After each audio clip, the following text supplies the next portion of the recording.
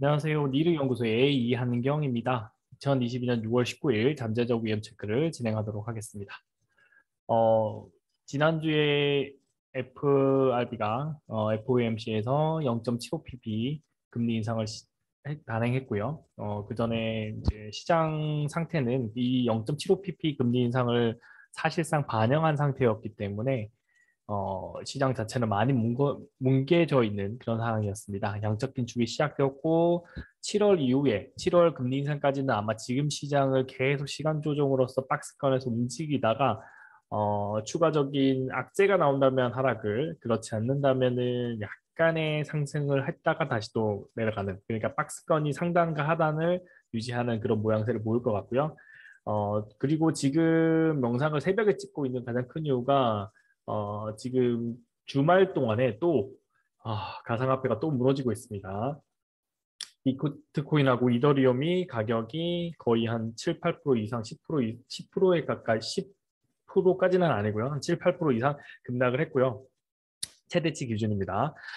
그래서 아무래도 월요일 날 나스닥과 S&P도 하락 출발하지 않을까 그렇게 보이고 있고요. 이게 해소가 되려면 일요일 날 어느 정도 반등이 나와야 되는데 그럴 만한 호재가 없다 그렇게 봐주시면 될 것 같습니다. 그 다음에 AMD, 엔비디아, 인텔의 주가 지수도 급락이 되어 있고 반도체 지수도 안 좋은 상황이고요. NFT와 P2E는 말할 것도 없는 그런 상황이라고 보시면 될 것 같습니다. 금리 인상에 직격받는 그 자산이 가장 휘발성 있는 가상화폐, 그 다음에 주식시장, 그 다음에 부동산 이 세 가지가 연결되는 거고요. 부동산까지 이 영향을 미친다면 시장의 급락을 피할 수는 없을 거다 그렇게 봐주시면 될 것 같습니다.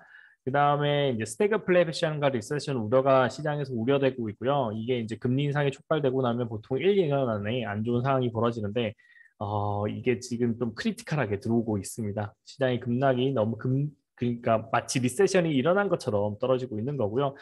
여기 있는 가상화폐가 무너지는 게 리먼 사태와 비슷하다 그렇게 봐주시면 될 것 같습니다. 리먼 사태 이후에 전체적인 경제 상황이 안 좋아진 거랑 비슷한 상황이고요.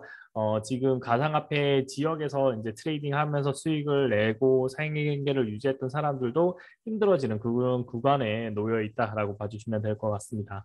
그다음에 신흥국 신용위험인데요. 인플레이션과 금리 인상 리스크가 영향을 미치고 있고요. 신흥국들도 동일하게 금리에 영향을 미치고 있고 CDS가 다시 급등하고 있는 그런 모양새가 나타나고 있습니다.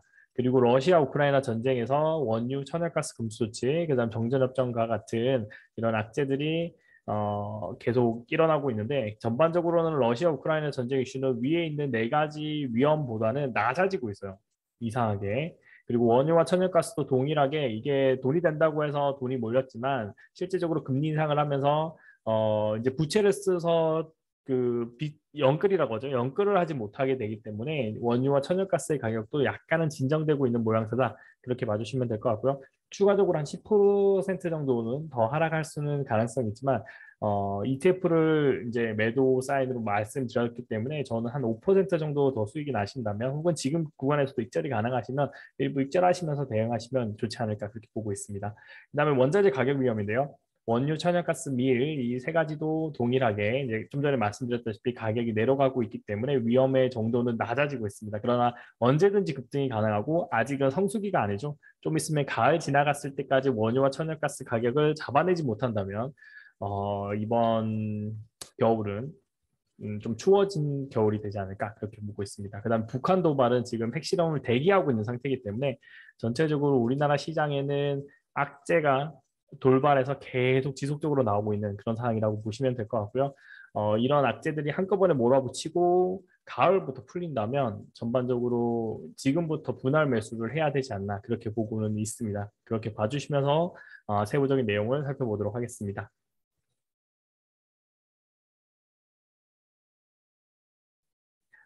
먼저 금리 인상인데요. 양적 긴축은 지금 요거가 지금 1.75, 1에서 1.75까지 올랐죠. 이거를 갱신 안 했네요. 1.75까지 올라왔기 때문에 코로나 이전의 상황으로 돌아와 있는 상태라고 보시면 됩니다. 경기가 하강되면서 코로나를 맞았고요. 지금 이거를 지금 제 생각에는 2.75까지는 올라가지 않을까. 그리고 난 다음에 우리는 경기 하강을 만날 수도 있다. 그렇게 봐주시면 되고요. 이렇게 가기 위해서는 지금 여기 나온 것처럼 얘가 2.75가 되는 시점이 이게 7월이죠. 7월이 됐을 때 2.75가 될 것 같아요. 이렇게 뿔뚝 올라올 것 같고요. 그 다음에 지금 여기는 그 18년도 7월입니다. 18년도 7월이지만 그때 이후로 이제 경기를 이 상태를 좀 유지하다가 금리 동결이라고 하겠죠. 그러면서 시장은 조금 환호를 하겠지만 결국에는 이 금리 인상에 따른 한 개 기업들과 한 개 가게들이 힘들어지겠죠. 그러면서 촉발되는 위험 사항이 도래된다. 이렇게 봐주시면 됩니다. FOMC마다 이제 금리 인상 5, 6회를 한다고 했지만 실질적으로 7월에 이때가 마지막이 되면 제일 좋다라고 볼 수도 있지만 안 좋을 수도 있어요. 왜냐하면 마지막이 아니라는 말은 경기가 둔화되고 경기 침체로 간다는 말이기 때문에 안 좋고요. 마지막이 되는데 좋은 조건 딱 하나밖에 없어요. 그건 뭐냐면 인플레이션을 어느 정도 잡는다는 겁니다. 인플레이션은 원유와 천연가스가 대표적으로 영향을 미치고요. 그것을 잡아갈 때 금리 인상이 줄어들 수 있고 이거가 가상화폐까지도 다른 위험적인 요인들도 많이 완화시켜 줄 거다. 그렇게 봐주시면 됩니다.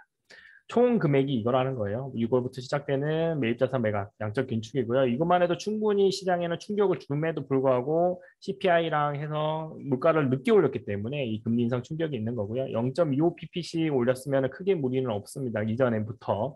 근데 늦게 올리다 보니까 크게 영향을 미쳤다라고 보시면 되고요. 지금 이 0.75pp 올리고 난 다음에 원유와 천연가스 가격이 하락된다는 모습, 그 다음에 그 가상화폐까지 떨어진다는 거는 사실상 투자자들, 그러니까 빚을 내서 투자하는 투자자들이 자기 자산을 해소해야 되는 그런 상황이라고 보시면 될 것 같습니다. 금리는 높아졌고요. 역전이 될 뻔했는데 역전은 나오지 않았어요. 다행히. 그래서 지금 제 시나리오는 전면적으로 수정을 합니다. 2.5까지 생각을 하고 있었는데 3.5까지 상승할 거라고 이제 보고는 있어요. 보고는 있는데 여기서 2.75죠. 2.75고 2.75에서 3.5까지 상승했는데 2.5입니다. 실제로 2.5까지 상승이라고 수정을 합니다. 2.0이었거든요. 그래서 2.75라고 돼 있는데 다음에는 0.5만 상승해도 되는 CPI도 떨어지고 그런 게 나왔으면 좋겠는데 6월이죠. 지금 6월인데 전반적으로 원유 가격이 6월 19일이잖아요. 지금 떨어져 있으니까 그래도 물가는 조금은 내려가지 않을까 그렇게 보고 있습니다. 양적 긴축이 시작되고 있고요. 글로벌 침체는 이제 올해 말이나 내년 이렇게 내년에는 침체가 오는 그런 상황이다라고 보고 있고요. 이때가 투자 적기입니다. 이걸 위해서 여러분이 지금 분할 매수를 혹시라도 들어간다면 현금 보유하셨죠? 현금 보유하셨을 거라고 보고 있고 분할 매수를 들어가셨다면 중간에 반등이 나오는 종목들 그리고 이 분할 매수는 신규 종목으로 언제나 들어가셔야 되고 이게 반등이 나오면 언제나 매도하고 나오는 그런 플레이를 좀 해주셔야 됩니다. 여러분 비중 중에 20% 이상은 현금을 가지면서 대응을 해주셔야 시장의 위험에서 벗어날 수 있다. 그렇게 봐주시면 될 것 같습니다. 가상화폐입니다. 가상화폐를 이렇게 보여드리는 이유는 다 비교하기 위해서입니다. 지난주 거랑 비교 안 하고 있었는데 다시금 비교하게 됐고요. 전체적으로 보시면은 이게 10% 떨어졌죠. 이거는 10%가 아니죠. 20% 넘게 떨어졌습니다. 여기도 20% 넘게 떨어졌죠. 그렇게 이제 시장 충격이 오고 있는 상황이고 이거는 패닉셀에 가까운 상황입니다. 근데 이게 뭐냐면 청산이라서 그렇게 됩니다. 청산은 시장가로서 매도를 때려버리기 때문에 가격 방어가 안 돼요. 그렇게 봐주시면 될 것 같고요. 지금은 실질적으로 이거보다 더 떨어진 상황이다라고 봐주시면 됩니다. 그래서 이것 때문에 다음 주도 전체적인 주식시장 분위기가 안 좋다라고 보시면 되고요. AMD, 그다음에 엔비디아, 그다음에 인텔 이렇게 주가가 다 내려와 있고요. 지금 여기가 정점이 되기를 바라고 있는데 우리가 예상하는 시장 상황은 그러니까 청산 절차를 거칠 것 같습니다. 반대 매매나 그런 것들, 신용과 미수를 쓴 거에 대한 대가죠. 그래서 그 결과가 주가 하락을 조금 더 그러니까 원래는 여기가 바닥이라고 했는데 바닥을 깨고 일시적으로 깨고 올라오는 그런 현상을 다음 주에 목격하지 않을까 그렇게 보고 있습니다. 그래서 분할 매수를 하시고 있는 상황인데 정지하시고 다음 주까지 보시고 대응을 할 필요가 있을 것 같습니다. 필라델피아 반도체 지수, 나스닥 지수, 그 다음에 S&P, 그 다음에 다우존스까지 급락을 하는 모양새로 나오고 있다라고 봐주시면 되고요. 스태그플레이션과 리세션과 스태그플레이션은 그냥 있는 상황이고요. 이제 경기 침체와 인플레이션이 같이 오는 그런 상황입니다. 통화 긴축의 충격이 그대로 오고 있고요. 스태그플레이션, 리세션이 지난주부터 이제 있었던 거고 오일 쇼크와 연결되면서 스태그플레이션이 같이 왔는데 올해나 내년 주까지 그래서 CEO 10명 중에 6명인데 올해 내년까지 다 통틀어서 한 사람은 7명이라고 합니다. 그래서 그만큼 시장이 위험하다라고 봐주시면 될 것 같고요. 그래서 사실상 지금 제일 중요한 거는 기업 하시는 분은 현금 보유를 최대한 많이 하는 게 중요합니다. 부도가 일어나면서 내년에 경기 침체가 올 거고요. 지금 내려왔다가 시간 조정이 나오면 다행이지만 반등이 나올 때는 조금 정산을 해주는 그런 현상이 조금 필요하다. 이렇게 봐주시면 될 것 같고요. 2008년도와 비슷한 상황이 벌어질 수도 있다. 이렇게 보시면서 대응을 해주시면 될 것 같습니다. 주가지수 하락인데요. 실적 전망은 이렇게 마이너스 2%, 그다음에 플러스 7% 이렇게 나와 있는데 실질적으로 5월까지의 결과물이기 때문에 사실상 이거는 참고자료 오른쪽 걸 더 보시면 될 것 같습니다. 최대 절반까지 떨어졌다. 그걸 보시면 될 것 같고요. 버블이라고 하고 오이쇼크 동시에 두 개가 딱 들어오기 때문에 마이너스 40%까지도 가능할 거고 이거 나온 다음에 지금 평균 마이너스 36%인데 지금의 우리가 하락폭이 상당히 높다 이렇게 봐주시면 되고요. 가상화폐 시장에서는 거의 50% 이상 하락했기 때문에 이거는 지난번에도 그렇게 한 7, 80%까지 하락을 했었거든요. 그러니까 지금도 동일하게 그 정도 하락을 했다라고 봐주시면 될 것 같습니다. 자, 그 다음에 신흥국 신용위험인데요. 신흥국 신용위험은 각국 금리 인상과 양적 긴축 이게 두 개가 동시에 같이 나오는 그런 역량의 고리에 있는 거고요.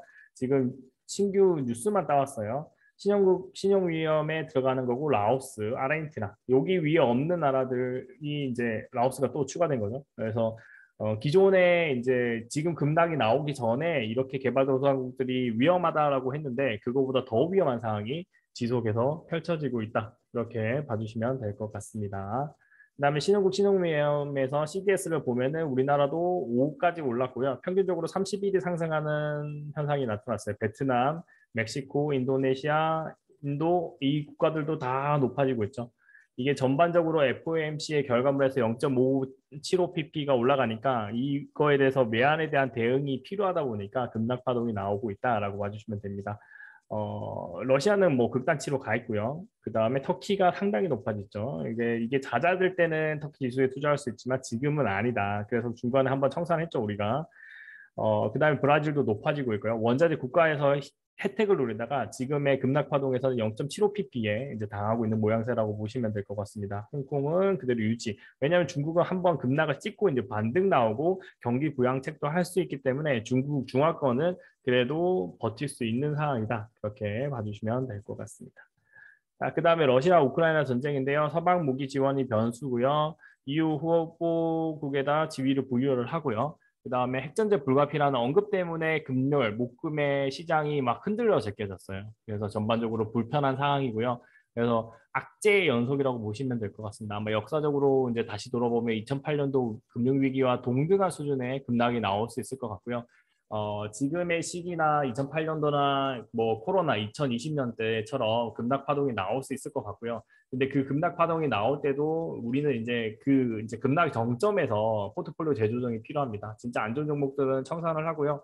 좋은 종목들은 홀딩 상태고 있고 청산한 걸 바탕으로 이거를 매집을 한다. 그렇게 봐주시면 될 것 같습니다. 먼저 올라갈 종목은 결국에는 삼성, 그다음에 현대, 뭐 대기업처럼 그러니까 우수한 기업들이 더 성장이 빠르게 나타날 수 있다라고 보시면 되고요. 추정 피해자수는 이제 거의 비슷한 상황이기 때문에 거의 전쟁을 하고 있으나 거의 이제 대치 중이다. 그렇게 봐주시면 될 것 같고요. 사실상 휴전 방향으로 가지 않을까 보는데 이거는 전격적으로 나오겠죠. 경제 상황이 더 힘들어지면 그때 이제 전격적으로 일어날 것 같고요. 지금은 강대강으로서 부딪히고 있는 모양새이기 때문에 지금은 피할 수가 없다. 그렇게 봐주시면 됩니다. 전쟁은 장기화되는 것 같고요.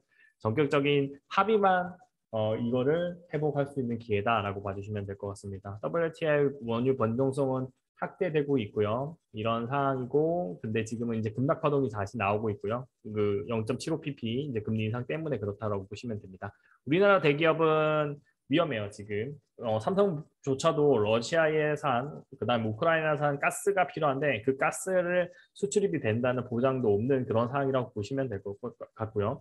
그래서 전반적으로 지금 가지고 계신 포트는 어떻게 손을 댈 수는 없습니다. 그냥 이거는 중장기에서는 그 자체를 그대로 견디시는 거고요. 그 다음에 이제 대응을 이제 하락의 정점에서 대응을 어떻게 하는 방식으로 풀느냐에 따라서 여러분의 중장기 성과의 성적이 달라진다. 그렇게 봐주시면 될 것 같습니다. 원자재 가격 위험입니다. 지금 원유가 그 금요일 날 급락이 일어나 버렸어요. 그래서 이제 110불까지 쭉 떨어졌고요. 지금 제가 봤을 때는 이게 장기 추세선입니다. 선 라인에서 110불이 이제 정점이지만 100불까지도 내려왔다가 올라갈 수 있겠다. 그렇게 보고 있고요. 그 다음에 천연가스는 깨졌죠. 천연가스는 깨졌어요. 이제 700, 7천까지 왔고 이거는 투기적 자산들이 이제 팔고 있는 거예요. 투기적이니까 이 사람들은 단기적으로 돈을 빌려서 들어왔던 사람들이니까 청산하고 나가죠. 이게 0.75pp의 위력이라고 보시면 될 것 같습니다. 그래서 얘는 190에서 100까지 한 번 더 볼 수 있을 것 같고요. 얘도 6천이라는 6이라는 숫자를 다음 주에 보지 않을까라고 봅니다. 그러면 어떻게 돼요? 인플레이션이 잡히게 되겠죠. 자, 근데 이 가격이 떨어져서 전환 한 당국으로 하면 3쿠션까지는 가야 될 거예요. 그러면 3쿠션 가는 동안에 전이가 이제 그 조금 숨통이 튀어지는 인플레이션이 올 거기 때문에 최소 3개월 뒤, 지금 6월이니까 9월쯤에나 조금 숨통이 튀을 겁니다. 그렇게 봐주시면 되고요. 9월까지는 거의 이제 위기인 상황이 계속 지속되는 거고요. 이거를 숨통을 정책적으로 풀어줘야 되는데 이거를 공조를 해야 되거든요. 각국이. 코로나 때 공조가 했기 때문에 급등이 나왔던 건데 지금 공조가 안 되죠. 이게 문제라고 보시면 될 것 같습니다. 소맥 선물조차도 지금 이제 딱 단기 추세선 파동에 딱 닿았거든요. 그래서 여기에서 아마 투기적 자본이 빠져나갈 거기 때문에 조금 내려오는 방향으로 돼서 다 숨통이 조금은 튀어질 겁니다. 그러나 여기 있는 국제 공조가 제대로 이루어지지 않는다면 시장의 위험은 사라지지 않고 그대로 상존한, 그러니까 전쟁이 일어나면 또 올라가는 거고 감산 안 하면 또 올라가고 그렇게 될 수 있다라는 거 생각하시면서 대응을 해주시면 되고요. 우리는 여기 115불 위에서 이거는 7,500원 이상일 때 8,000 이상이었죠. 그때 매도 사인을 드렸기 때문에 이제 충분히 수익 실현하시면서 그 돈을 가지고 바로 주식은 사지 마시고 현금을 확보하시고 시장이 어떻게 움직이는지 보시면서 대응을 하시면 좋을 것 같습니다. 자, 그 다음에 북한 도발입니다. 북한 도발은 핵실험 준비 끝내놓고 있대요. 그리고 여기 북한 핵실험하면 김정은 결심만 남았다고 하고 이건 뭐 맨날 했던 소리인데 뭐 추가 제재한다고 해서 안 하는 건 아니잖아요. 지금 시장이 안 좋아서 급락 파동이 일어나면 흔들립니다. 이게 2008년도 위기예요. 8년도일 때 이게 변곡이 심하게 움직일 수 있는 겁니다. 그렇게 봐주시면 되고요. 그래서 제 생각에는 핵실험하는 날 주말이 아닌 다른 날 평일날 하게 되면 그날 급락입니다. 급락이고 핵실험이 끝나고 나면 그 다음 날이나 한 2, 3일 걸쳐서 이제 반등이 나올 거예요. 이거는 너무 급락이니까. 그리고 다음 두 번째 핵실험이 되면은 이제 이게 조금은 나아진다. 이렇게 봐주시면 될 것 같고요. 당일에 바로 회복하면서 대응이 가능한 그런 모양새가 나오지 않을까 이렇게 보고 있습니다. 여기까지가 잠재적 위험 체크고요. 다음 주도 저는 이제 금요일 날 좀 반등이 나와서 미국 시장도 나쁘지 않게 마무리가 되어서 괜찮다고 했는데 가상화폐 쪽에서 문제가 불거지면서 전반적인 위기가 다시 두드러지게 나왔고요.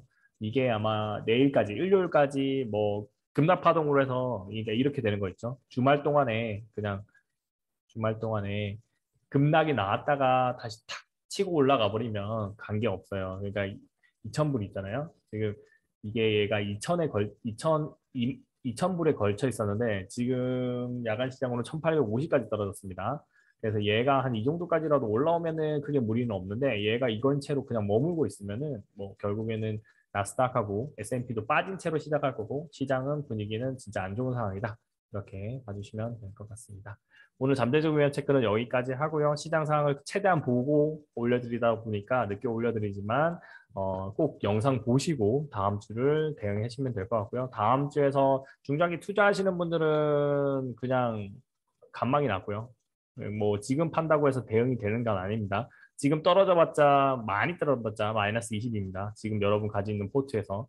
근데 이거를 지금 이 시기를 잘 견디셔가지고 개별 종목을 하면 결국에는 수익 내고 개별 종목별로 탈출이 가능하실 겁니다. 그걸 믿고 투자를 해주시면 됩니다. 대신 이제 상승장하고 다르게 이게 그 상승장에는 대부분의 종목이 다 같이 올라버리니까 한꺼번에 팔면 되지만 지금은 이제 순차적으로 올라갈 겁니다. 그때마다 기회가 되실 때마다 비중을 줄이면서 현금 보유를 꼭 일부를 꼭 확보하는 그런 시간을 가지시면 좋을 것 같습니다.